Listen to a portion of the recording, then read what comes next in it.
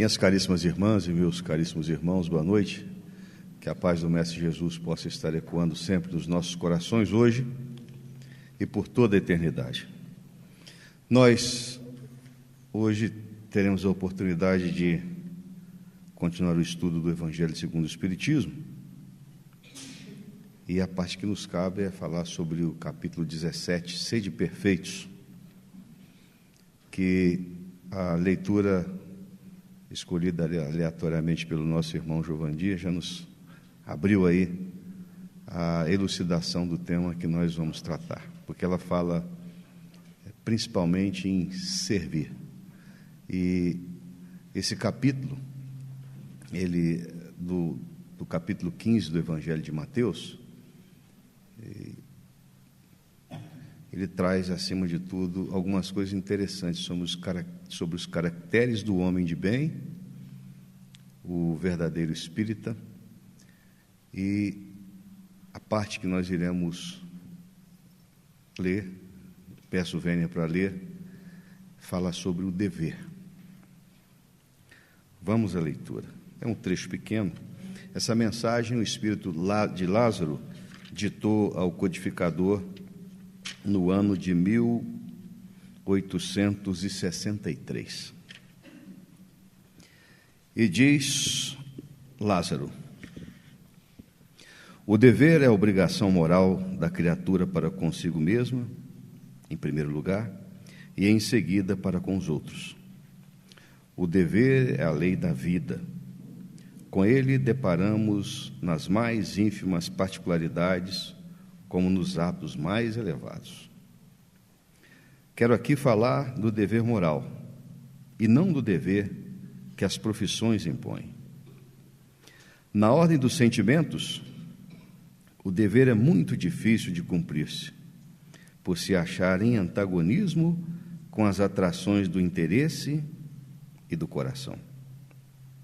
Não têm testemunha suas vitórias e não estão sujeitas à repreensão suas derrotas. O dever íntimo do homem fica entregue ao seu livre-arbítrio. O aguilhão da consciência, guardião da probidade interior, o adverte e sustenta, mas muitas vezes mostra-se impotente diante dos sofismas e das paixões. Fielmente observado, o dever do coração eleva o homem como determiná-lo. Porém, com que exatidão se consegue determiná-lo? Onde ele começa? Onde termina? O dever principia para cada um de nós exatamente no ponto em que ameaçais a felicidade ou a tranquilidade do vosso próximo, e acaba no limite que não desejais ninguém transponha com relação a vós. Deus criou todos os homens iguais para a dor. Pequenos ou grandes, ignorantes ou instruídos, sofrem todos pelas mesmas causas, a fim de que cada um julgue em sã consciência o mal que pode fazer. Com relação ao bem, infinitamente necessário nas suas expressões, não é o mesmo o critério. A igualdade em face da dor é uma sublime providência de Deus que quer que todos os seus filhos, instruídos pela experiência comum, não pratiquem o mal, alegando ignorância de seus efeitos. O dever é o resumo prático de todas as especulações morais. É uma bravura da alma que enfrenta as angústias da luta. É austero e brando, pronto a dobrar-se às mais diversas complicações, conservar-se inflexível diante das suas tentações. O homem que cumpre o seu dever ama a Deus mais do que as criaturas e ama as criaturas mais do que a si mesmo. É a um tempo juiz e escravo da sua própria alma. O dever é o mais belo laurel da razão. Descende desta como a mãe, como de sua mãe o filho. O homem tem de amar o dever, não porque preserve de males a vida, males aos quais a humanidade não pode subtrair-se mas porque confere à alma o vigor necessário ao seu desenvolvimento. O dever cresce e irradia sob as mais elevadas formas em cada um dos estágios superiores da humanidade. Jamais cessa a obrigação moral da criatura para com Deus. Tem essa de refletir as virtudes do Eterno, que não aceita esboços imperfeitos, porque quer que a beleza da sua obra resplandeça a seus próprios olhos.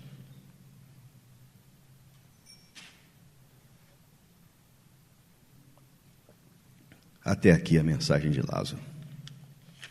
O interessante dessa nossa lição que fala do dever é porque nem todos nós, que ora estamos encarnados na Terra, embora saibamos intuitivamente, aqueles que estão com seu livre-arbítrio em condições de ser exercido, ou seja, que estão com a razão, que não são dementes, trazem dentro de si a certeza principal de quais são aqueles pontos em que há a necessidade sublime de serem trabalhados na encarnação presente. E o interessante disso, quando nós sabemos exatamente aonde precisamos melhorar, é porque, como nesse trecho de Lázaro, existe uma comparação muito fácil de ser seguida, né?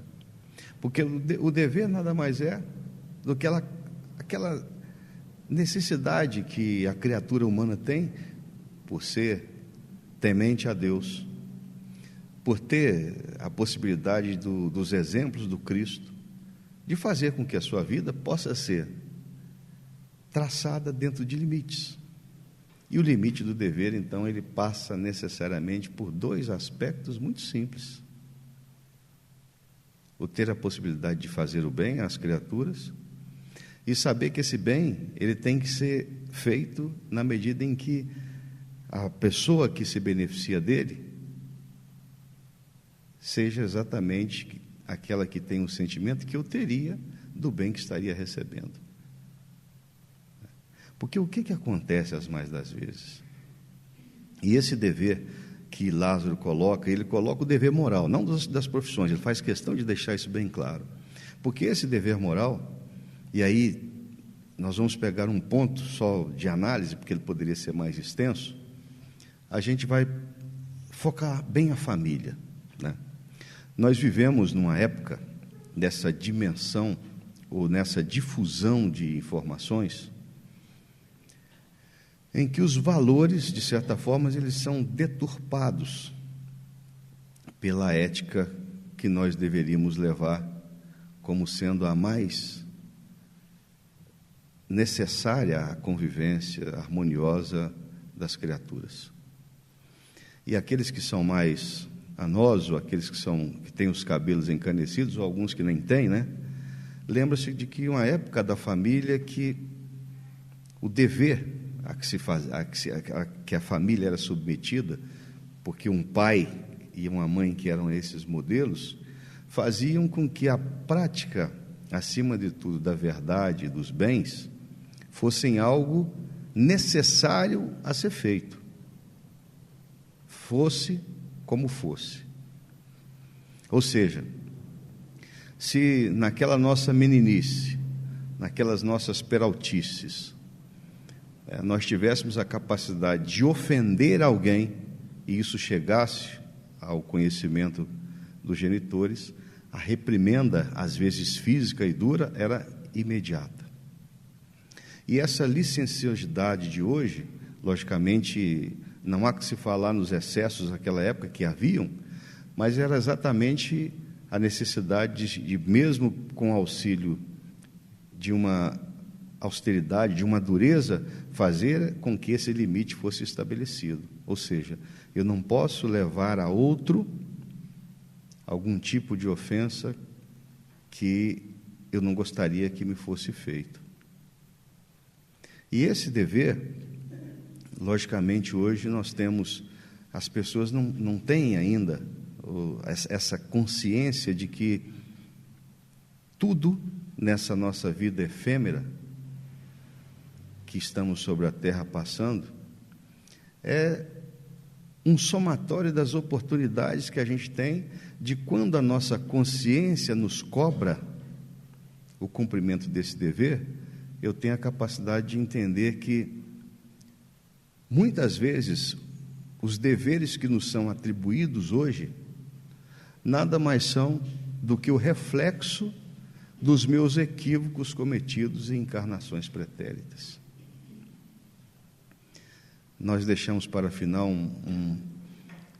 uma mensagem de Emmanuel, psicografado pelo nosso Chico, do livro Pensamento e Vida, que ele traz um aspecto muito interessante disso, porque esse dever que nós, porventura, não fizemos direito na encarnação pretérita, hoje nós temos ele como um desafio a ser seguido. E muitas vezes esse dever, e principalmente no ambiente doméstico, ele passa necessariamente naquele lar em que o nosso núcleo doméstico, os esposos, né, os filhos, a sua prole, eles têm ali aquilo que eu negligenciei no passado. Hoje eu tenho a condição, pela bondade e a misericórdia divina, exatamente de passar isso. E quanto mais a consciência nos cobrar esse dever, mais nós teremos a necessidade de atender a esses apelos que nos são feitos. Algumas criaturas e aí a gente cita de novo o Chico como um aspecto do dever, né? Que são pessoas que têm a possibilidade de certa forma, se anularem para o cumprimento das suas tarefas. Um fato interessante que a Marlene Nobre escreveu sobre um livro muito antigo chamado A Intimidade de Chico Xavier. Tem mais ou menos uns 40 anos de psicografia esse livro. Ela conta que foi feita uma pergunta para ele, o seguinte: Chico, você foi muito ofendido. Muitas pessoas de diversas religiões, muitas pessoas da imprensa cobraram de você algumas atitudes. Como é que você considera essas ofensas? A resposta dele é algo que a gente que tem os nossos deveres domésticos, deveres sociais, devemos entender bem. Ele falou o seguinte: não, eu nunca me considerei ofendido, em absoluto. Eu tive a possibilidade de a espiritualidade me utilizar como um instrumento de difusão de algumas verdades. Então eu me considero exatamente, por não ter, ele disse, olha, eu não sou muito letrado, por não ter a capacidade de expressão, me considero mais ou menos como uma pedra que foi escolhida para fazer parte de um calçamento. Mas as minhas arestas ainda são muito grandes. Então, eu recebi algumas marteladas que me fizeram exatamente ocupar o meu lugar nessa obra que foi a calçada. Então, nessa parte, eu já acho que as nossas irmãs que têm o dom, ou que tiveram a possibilidade da maternidade, elas têm um entendimento muito mais interessante do que os homens. Porque a gente vê, e na nossa profissão, a gente acompanhou muito isso, que as visitas aos presídios, mais de 95% das pessoas que vão visitar, né, em cumprimento àquilo que o Cristo disse, né, quando estava no cárcere e fomos visitá-los, são as mulheres. O sentimento da maternidade, né, é aquele dever de, mesmo uma criatura que foi desviada daquele caminho, que seria o caminho mais indicado para o dever, essa criatura mesmo assim não perde aquele elan, aquele feeling, aquela vontade de levar, de certa forma, o seu amor, o seu carinho, a sua compreensão a essas criaturas. E como a gente está tratando do lar, a gente vê também que muitas dessas criaturas que hoje, de certa forma, buscam na prática desse dever que lhes cabe apenas o direcionamento das criaturas para uma vida fora daquilo que essas criaturas trouxeram do ambiente doméstico para serem forjadas e fazer parte do ambiente social, né? Então, nós temos muitos filhos hoje que a superproteção dos pais, né, as criaturas buscam fazer com que os filhos tenham, desde a sua mais tenra idade, a vida dentro daquilo que elas querem para elas, não para as criaturas. As roupas, quando eles já começam ali na pré-adolescência, os pais que escolhem, as companhias no primeiro momento são interessantes, mas aí começa na escolha da profissão, os pais escolhem aquilo que os filhos vão seguir. E muitas vezes a gente tem maus profissionais que começam exatamente aquele dever inicial de cuidar, de dar a instrução necessária, de ensinar a temência a Deus e a prática do bem e da verdade. Essas pessoas usurpam um pouco desse seu dever, e essa superproteção muitas vezes faz com que haja o perdimento dessas criaturas.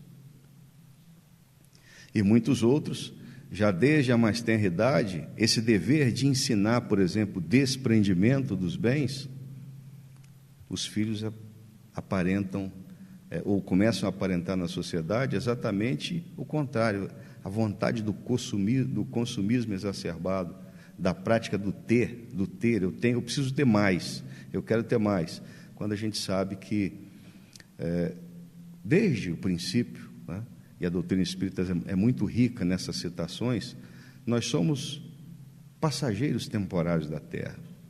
E no trecho inicial do nosso irmão, que o nosso irmão Jovandir leu, nós somos dispenseiros, e muitos de nós dispenseiros infiéis, porque todas essas nossas virtudes, ou todos esses nossos privilégios momentaneamente alcançados por nós nessa encarnação, têm um objetivo. Nada que nós estamos fazendo aqui vem sem um sentido. E quando a gente vai lá no Chico Xavier de novo, né, no ano de 1982, já tinham mais de 2.000, entre creches, orfanatos, instituições de assistência, que as suas obras eram mantenedoras, porque ele, desde o princípio, dispensou todos os valores advindos da venda dessas obras, e em cartório fez a doação para que pudesse fazer o bem, né? E a gente vê, quando a gente fala do dever, a gente se lembra, por exemplo, nessa época fria, né, em alguns estados da federação, nós podemos comprovar isso, a gente tem lá alguns casacos, né, alguns sapatos, algumas vestimentas que estão nos nossos armários, que não são usadas há muitos e muitos tempos, e aquele dever moral que diz, né, que dá àquele que tem ou que passa pelo frio a possibilidade de aquecer o seu corpo com uma roupa ou com um calçado. E a gente vê que esse dever que a gente tem às vezes no grupo social, quantos são aqueles que pegam os seus filhos? Olha, nessa noite de frio que nós estamos passando aqui, existem pessoas que nesse momento estão sob as marquises ou debaixo das pontes, que não tem um lar como nós temos. Então, aquela conceituação que a criatura já começa a entender que a prática da caridade é um dever moral que todos nós temos, que temos a necessidade de carregá-lo em grande monta. E aí, ainda no lar, no ambiente doméstico, a gente tem também aquela possibilidade de entender que o dever da tolerância é algo que deve ser inerente do ser humano, porque nós somos individualidades, cada um de nós somos uma criatura, em que pese algumas citações evangélicas, aquela do Cristo com o jovem, né, que nós somos uma legião, porque nós temos vários egos, nós somos várias pessoas. Isso é muito fácil a gente ver isso, na medida em que a gente tem sentimentos bem antagônicos no nosso dia a dia, porque a gente carrega esse reflexo de muitas encarnações, mas tem seguramente a certeza de que nós precisamos melhorar.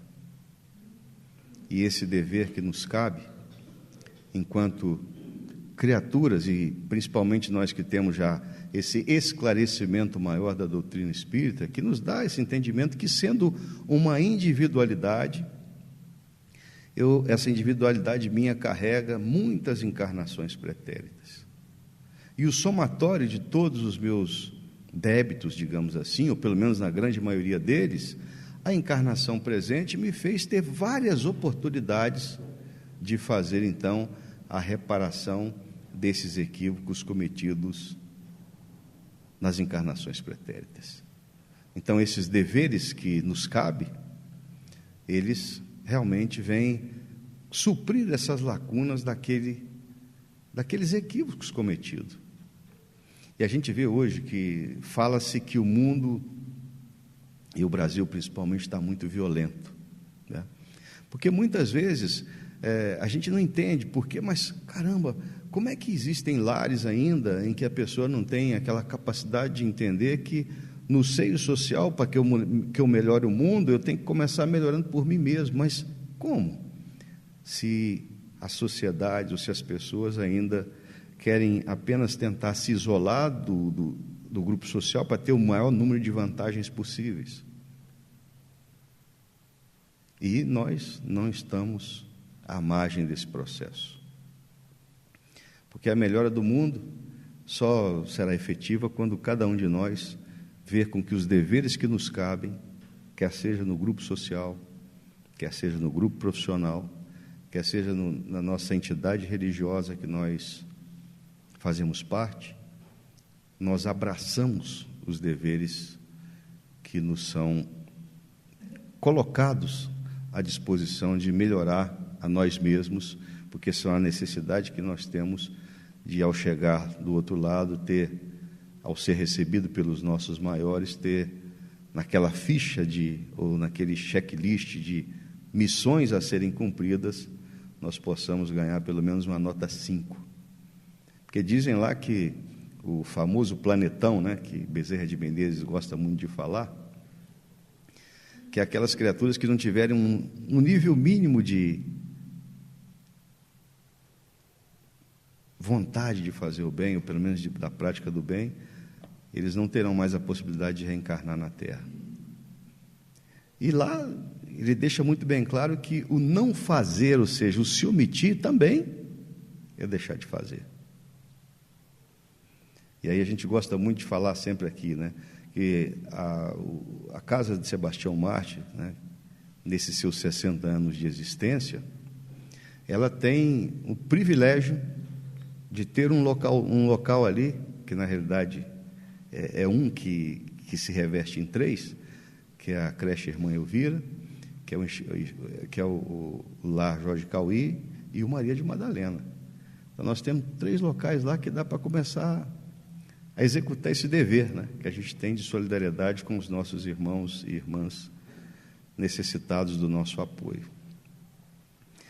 E nessa vontade de melhorar, nós temos aqui a nossa biblioteca Chico Xavier, que existem mais de 1000 títulos à disposição daquelas criaturas que querem buscar o conhecimento da doutrina espírita ou das coisas do Cristo para colocar em prática.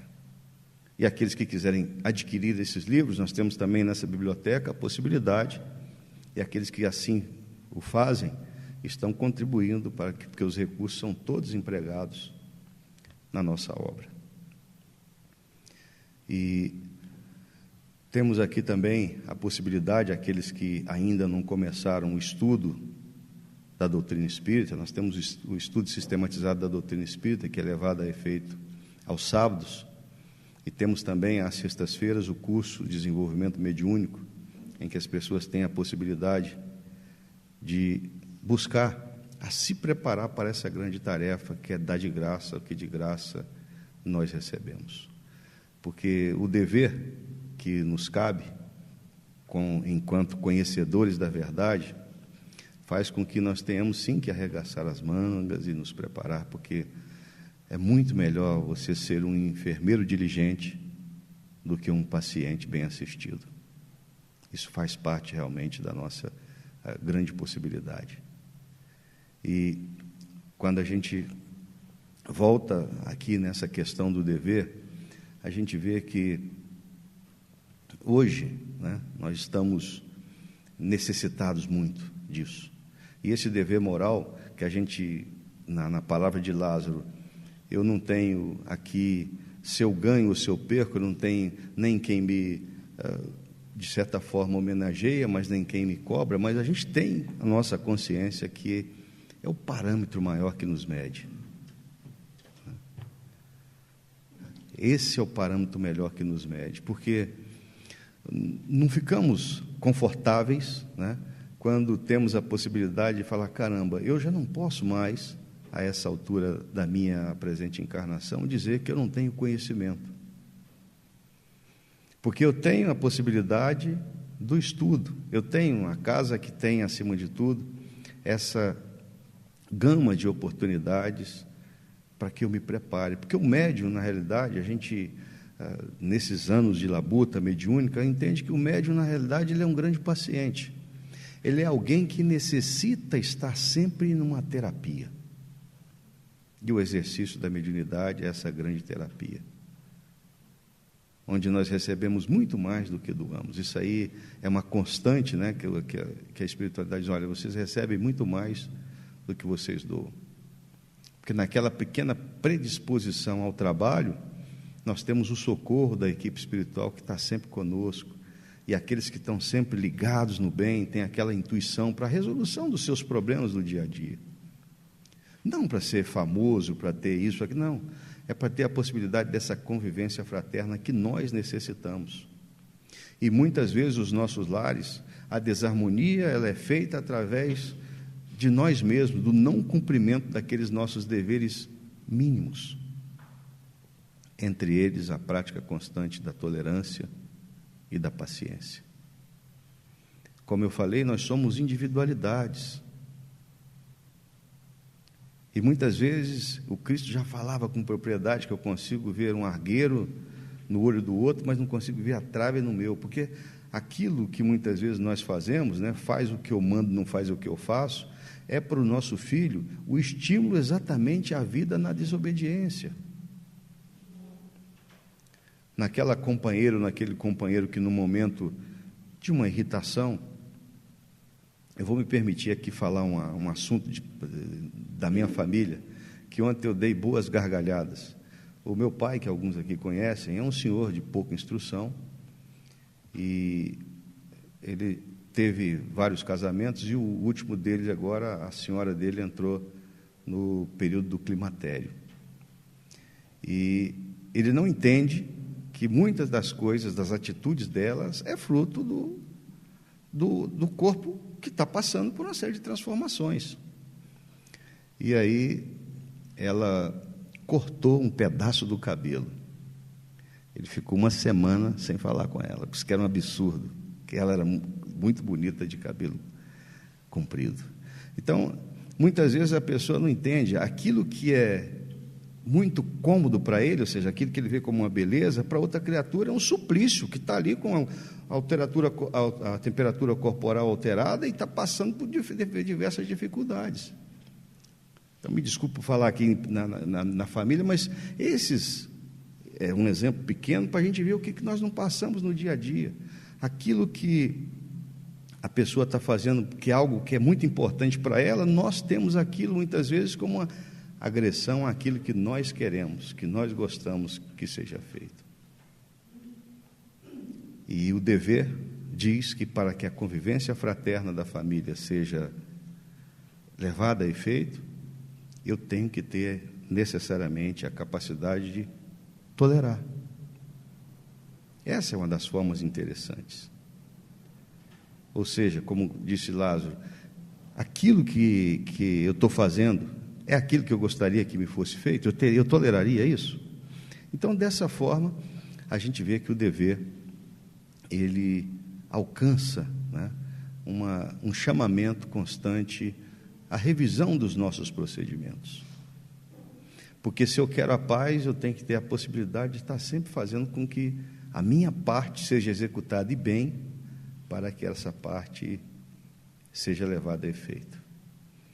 Lembramos daquela irmã que o Chico Xavier recomendou, a água da paz, né? O meu marido tem esses defeitos, eu não aguento, eu tenho que ficar discutindo, falando. Você já experimentou a água da paz? Ela, água da paz? Eu não conheço esse remédio. Eu vou te ministrar, é fácil. Quando ele começar com algum tipo de reclamação e tal, você não reclama com ele, você vai lá, pega um copo d'água, bota a mão em cima dele, faz uma oraçãozinha rápida e coloca na boca. Enquanto ele estiver discutindo, você não beba essa água. Então, essa água da paz que ele falou para aquela criatura, é essa que muitas vezes nós precisamos. Né? Porque se as pessoas, muitas vezes, um fala A, o outro fala A, B, C e D. Né? E aí, como é que fica? Fica difícil, né? A convivência. Aí, me desculpe pela indelicadeza da comparação, mas aí nessa época de frio, muitos de nós vai dormir no outro quarto e tem que passar frio sozinho, né? E fica ruim. Né?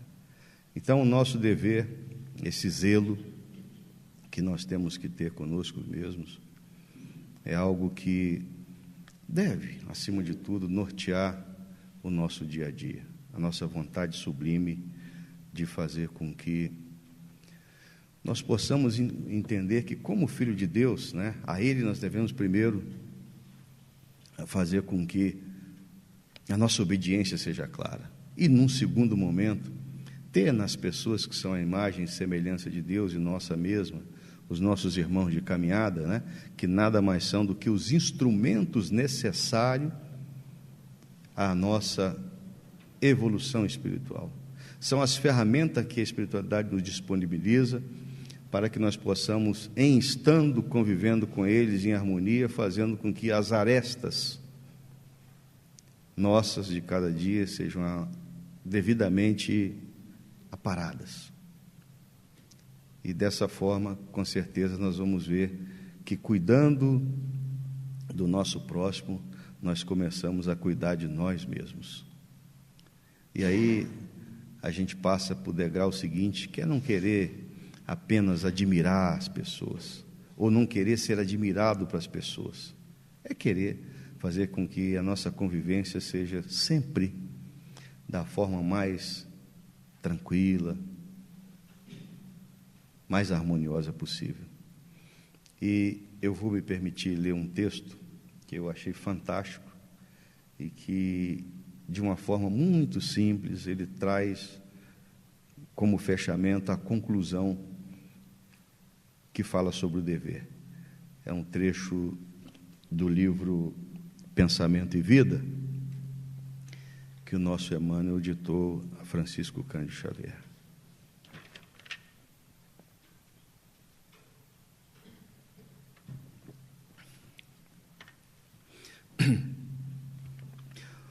O dever define a submissão que nos cabe a certos princípios estabelecidos como leis pela sabedoria divina para o desenvolvimento de nossas faculdades.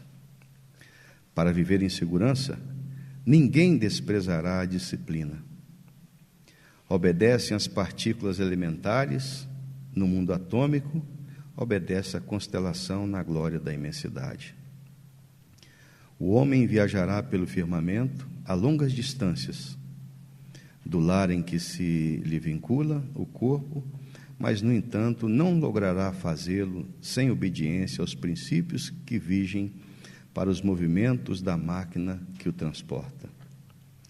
Dessa forma, pode-se simbolizar o dever como sendo a faixa de ação no bem que o Supremo Senhor nos traça e a responsabilidade para a sustentação da ordem e da evolução em sua obra divina, no encalço de nosso próprio aperfeiçoamento.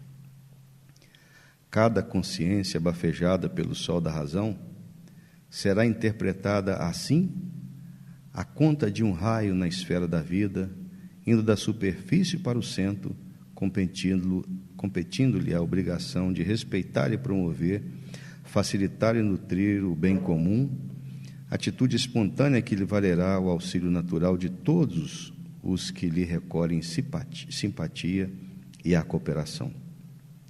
Com semelhante atitude, cada espírito plasma os reflexos de si mesmo por onde passa, abrindo-se aos reflexos das mentes mais elevadas que o impulsionam à contemplação de mais vastos horizontes do progresso e à adequada assimilação de mais altos valores da vida. Desse modo, pela execução do dever, região moral de serviço em que somos constantemente alertados pela consciência, exteriorizamos a nossa melhor parte, recolhendo a melhor parte dos outros. Acontece, porém, que muitas vezes criamos perturbações na linha das atividades que o Senhor nos confia, e não apenas desconjuntamos a peça de nossa existência, como também colocamos em desordem muitas existências alheias, desajustando outras muitas peças na máquina do destino. Surge então para nós